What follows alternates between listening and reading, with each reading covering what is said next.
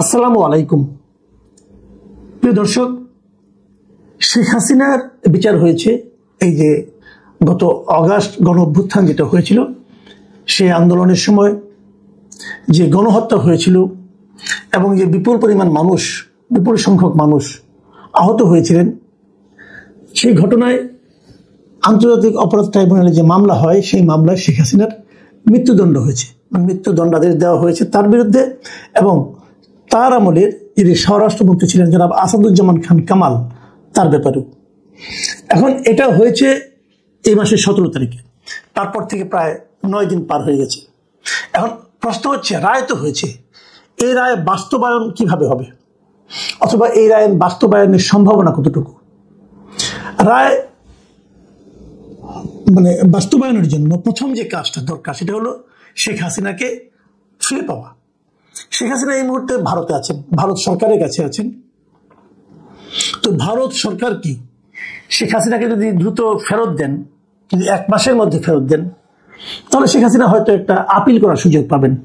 কারণ আপিল করার জন্য 1 মাস সময় দেওয়া হয়েছে। 1 মাসের মধ্যে সশরীরে হাজির হয়ে আপিল করতে হবে, কোনো উকিলের মাধ্যমে আপিল করা যাবে না।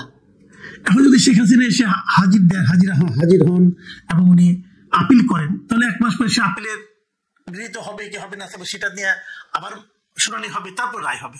আর যদি উনি 1 মাসের মধ্যে হাজিরাই না হন, হাজিরা না দেন এবং নিজে উপস্থিত না হন, তাহলে মামলার ভবিষ্যৎ কি? তাহলে মামলার ভবিষ্যৎ হলো ওনার হত্যা, মৃত্যুদণ্ডের যে আদেশ, সে আদেশ বাস্তবায়নের ক্ষেত্রে আর কোনো আইনগত বাধা থাকবে না। 1.5 মাস 2 মাস পরে যদি ওনাকে পাওয়া যায়, উনি যদি ভারত থেকে ফেরত দেয়, তাহলে পাওয়া মাত্রই ওনাকে ওনারা মৃত্যুদণ্ড প্রদান করতে পারবে এই সরকার। এগুলো মোটামুটি ধারণা। তো অবস্থা দৃষ্টি এটুকু বোঝা যাচ্ছে যে 1 মাসের মধ্যে শেখ হাসিনাকে বাংলাদেশ সরকারের কাছে ফেরত দেওয়া বোধহয় হবে না। এটা আমরা যতটুকু বুঝি, কোনো লজিক্যাল কোনো কারণ এখন পর্যন্ত দেখতে পাচ্ছি না ভারতের পক্ষ থেকে। বাংলাদেশ অবশ্য এরই মধ্যে ভারত সরকারকে চিঠি দিয়েছে। তারা বলেছে যে আপনাদের সঙ্গে আমাদের যে চুক্তি আছে, সেই চুক্তি অনুযায়ী আপনারা আমাদের কোনো অপরাধী আপনাদের এখানে থাকলে আপনারা ফেরত দিতে বাধ্য। সেরকমভাবে তারা কিন্তু চিঠি দিয়েছে। সেই চিঠি ভারত পেয়েছে। ভারত যে পেয়েছে, এটা আজকে ভারতের পক্ষ থেকে কনফার্মও করা হয়েছে। কনফার্ম কিভাবে করা হয়েছে? যে ভারতের পররাষ্ট্র মন্ত্রণালয়ের যে মুখপাত্র আছে রণধীর জয়সওয়াল, তিনি এই বিষয়টাকে কনফার্ম করেছেন। তারা বলেছেন যে এই ক্ষমতাচ্যুত সাবেক প্রধানমন্ত্রী ও মানবতা বিরোধী অপরাধের দণ্ডপ্রাপ্ত শেখ হাসিনাকে বাংলাদেশে ফেরত পাঠানোর অনুরোধটি পর্যালোচনা করে দেখছে ভারত সরকার। রিমেম্বার ইট, পর্যালোচনা করে দেখছে। মানে যে অনুরোধটা করেছে, সেই অনুরোধটা তারা কি করবে, রাখবে কি রাখবে না, রাখা যাবে কি যাবে না, দিলে কিভাবে দিবে, না দিলে কেন দিবে না, এই সমস্ত বিষয়গুলো চিন্তা ভাবনা করার জন্য তারা বাংলাদেশ সরকারের এই অনুরোধটাকে পর্যালোচনা করে দেখছে। এবং সেখানে তারা আরেকটা জিনিস দেখছে। সেই জিনিসটা হলো যে এই বিষয়টা ভারতের যে চলমান বিচারিক ও আইনগত প্রক্রিয়ার আওতায় খতিয়ে দেখা হচ্ছে। প্রশ্ন হচ্ছে যে ভারতের বিচারিক ও আইনগত প্রক্রিয়ার মধ্যে খতিয়ে দেখতে হবে কেন? কারণ শেখ হাসিনাকে তো আমাদের আইনে বিচার দেওয়া হয়েছে, এটা তো ভারতের আইন না। কাজে আমাদের আইনে কি আছে না আছে সেটার আলোকে তাকে রায় দেওয়া হয়েছে। কারণ ভারত কেন সেটা তাদের নিজেদের আইনে এবং নিজেদের যে বিচারিক যে প্রক্রিয়া, সেই প্রক্রিয়ায় খতিয়ে দেখছে কেন? এটাই হচ্ছে মূল পয়েন্ট। এবং এই পয়েন্টে যদি আপনি বিশ্লেষণ করেন, আমার ধারণা যে শেখ হাসিনাকে ভারত ফেরত দিচ্ছে না, এটা হলো আমার ধারণা। কারণ তাদের মধ্যে যে বিচারিক আদালতে যে বিচার হবে, আইনগত যে প্রক্রিয়ার মধ্যে বিচার হবে, সেখানে হলে তারা বলতে পারে যে ওখানে তো বাংলাদেশে বিচার হয়েছে, এটা একতরফা বিচার হয়েছে। তারা বলতে পারে ওখানে শেখ হাসিনার পক্ষে কোনো ভালো আইনজীবী ছিল না, শেখ হাসিনা তার আইনজীবী সহযোগিতা নিতে পারে নাই, বলতে পারে। কাজে তারা এমনও বলতে পারে যে বরং আমরা আমাদের আদালতে ওই অভিযোগ নিয়ে বলবো আপনারা আসেন, আমাদের আদালতে বিচার করেন, আমরা এখানে শেখ হাসিনাকে পর্যাপ্ত সহযোগিতা দেই, তারপরে বিচার হোক। এরকম কথা কিন্তু আসতে পারে, নাও আসতে পারে, আবার আসতেও পারে। কারণ যেহেতু তারা যখন বলে যে বিষয়টা ভারতের চলমান বিচারিক ও আইনগত প্রক্রিয়ার অধীনে খতিয়ে দেখা হচ্ছে, যখন তারা এই কথাটা বলে, তখন এই কথাটা কিন্তু বেশ ব্যাপক একটা অর্থ দাঁড়িয়ে যায়। আমি এই যে কথাটা বললাম, এটা এমনি এমনি বললাম তা না, সম্পূর্ণ ধারণা করে, আইডিয়া করে, কল্পনা করে বললাম সেটা না। কিন্তু আমার কথাগুলো বলার একটা ভিত্তি আছে। ভিত্তি হলো এটা যে 2 দিন আগে দ্য ডিপ্লোমেট পত্রিকায় এটা নিয়ে একটা রিপোর্ট হয়েছে।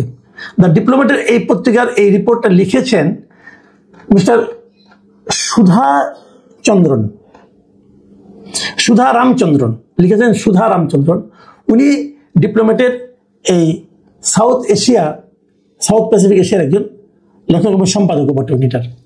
ওনার যে হেডলাইনটা হয়েছে সেই ডিপ্লোমেট পত্রিকার, যে why India will not extradite Sheikh Hasina, মানে শেখ হাসিনাকে তারা কেন ভারত বাংলাদেশকে ফেরত দেবে না, উনি স্পষ্ট বলেছেন যে না দেওয়ার কারণগুলি এখানে উল্লেখ করেছেন।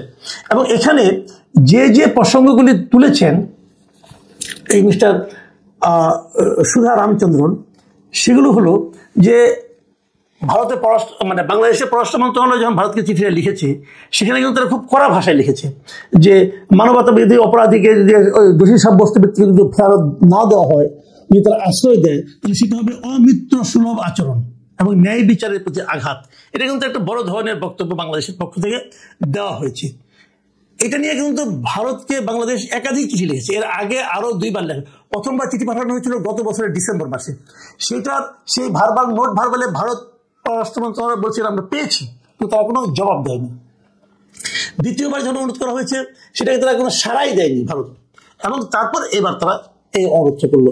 এখন ভারতের একাধিক বিশ্লেষক এটাকে নিয়ে নানাভাবে আলোচনা করেছে। যেমন ভারতের, আমি ওই সুধা রামচন্দ্রনের যে লেখাটা, ওনার যে নিবন্ধটা, যে আর্টিকেলটা, সেই আর্টিকেলের মধ্যে উনি ভারতের অনেক এক্সপার্টের অপিনিয়ন নিয়েছেন, এবং সেই অপিনিয়নগুলির মধ্যে একটা ভারতের একজন গবেষক স্মৃতি এস পট্টনায়ক, তিনি কি বলেছেন শুনেন। তিনি বলেছেন, বাংলাদেশে বর্তমান সরকার অস্থায়ী ও সীমিত ম্যান্ডেট নিয়ে চলছে, তাই একটি নির্বাচিত সরকার দায়িত্ব নেওয়ার পরই দিল্লি গুরুত্বপূর্ণ বিষয়গুলোতে সিদ্ধান্ত নেবে। তার মানে যদি বাংলাদেশে একটা নতুন সরকার আসে, ইলেকটেড গভর্নমেন্ট আসে, কেবল তাহলেই ভারত এই বিষয়গুলো নিয়ে হয়তো আলোচনা করবে। তার মানে বর্তমান ইউনিট সরকারের এই যে আহ্বান যে তাকে ফেরত পাঠান, এটা নিয়ে ভারতের কোনো মাথা ব্যথাই নাই, তারা কোনো সাড়াই দিবে না। এটা হলো স্মৃতি এস পট্টনায়কের অভিমত। এবং এই ডিপ্লোমেটের যিনি সাংবাদিক, তিনি নানাভাবে ব্যাখ্যা করেছেন যে ভারতের যে মানে সঙ্গে বাংলাদেশের যে সম্পর্ক এতদিন ছিল, শেখ হাসিনার আমলে যে সম্পর্কটা ছিল, এবং সেই সম্পর্কটার বিষয়ে ভারত যেভাবে এটাকে মূল্যায়ন করে, কেবল ভারতের বর্তমান গভর্নমেন্টটা, ভারতের বিভিন্ন রাজনৈতিক দল, যারা বিরোধী দল, তারা পর্যন্ত এই ঘটনাটাকে তারা খুবই গভীরভাবে বিশ্লেষণ করে বিচার করে।